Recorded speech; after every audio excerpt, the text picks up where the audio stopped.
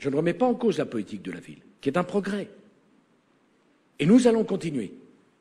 Mais nos compatriotes, qui payent pour cette politique de la ville, sont en droit d'attendre de nous autre chose. Et je le dis parce que ce qui se passe dans ces quartiers est extraordinaire. Il y a une vie associative. Il y a des gens qui ne demandent qu'à s'en sortir. Il y a des résultats considérables.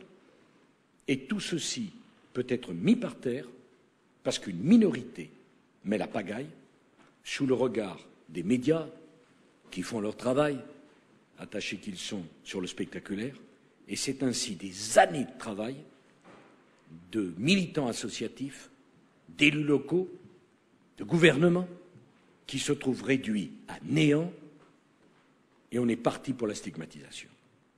J'appelle à ce que nous repensions nos procédures. L'évaluation n'est pas un gros mot. Le zonage. Et puis par ailleurs, réfléchissons à la diversité sociale aussi. Parce que si on met toujours les mêmes dans les mêmes quartiers, ne nous plaignons pas ensuite qu'ils deviennent des ghettos. Des quartiers, y compris de la ville de Grenoble, étaient il y a quelques années des quartiers où il y avait une diversité sociale et diversité d'origine. Il est certains collèges, j'en parlais avec le président, où malgré les efforts que vous faites tous, il n'y a plus une famille qui veut mettre ses enfants. Ah, ça fait pas bien de le dire, et pourtant c'est la vérité. Pourquoi?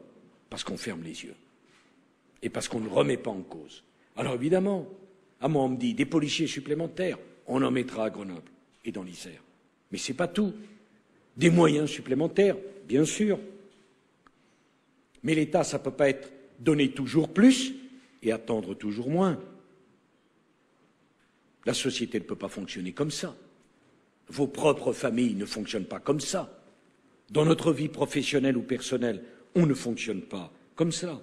Eh bien, les événements que Grenoble vient de connaître et leur gravité imposent de notre part une réponse ferme, mais ce peut être une opportunité de sortir de la pensée unique sur la politique de la ville, sur la politique de l'immigration et sur la politique de la sécurité.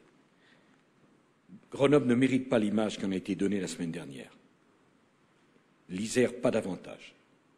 On n'a pas le droit de gâcher nos atouts par la faute d'une poignée de délinquants.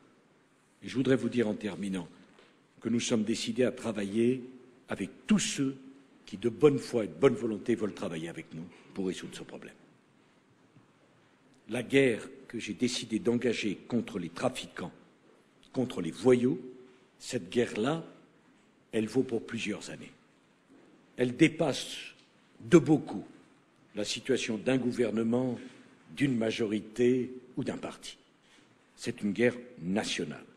Et je suis sûr que dans toutes les formations politiques, il se trouve des femmes et des hommes de bonne volonté qui sont décidés à réagir et à apporter leur soutien dans cette action au gouvernement de la République.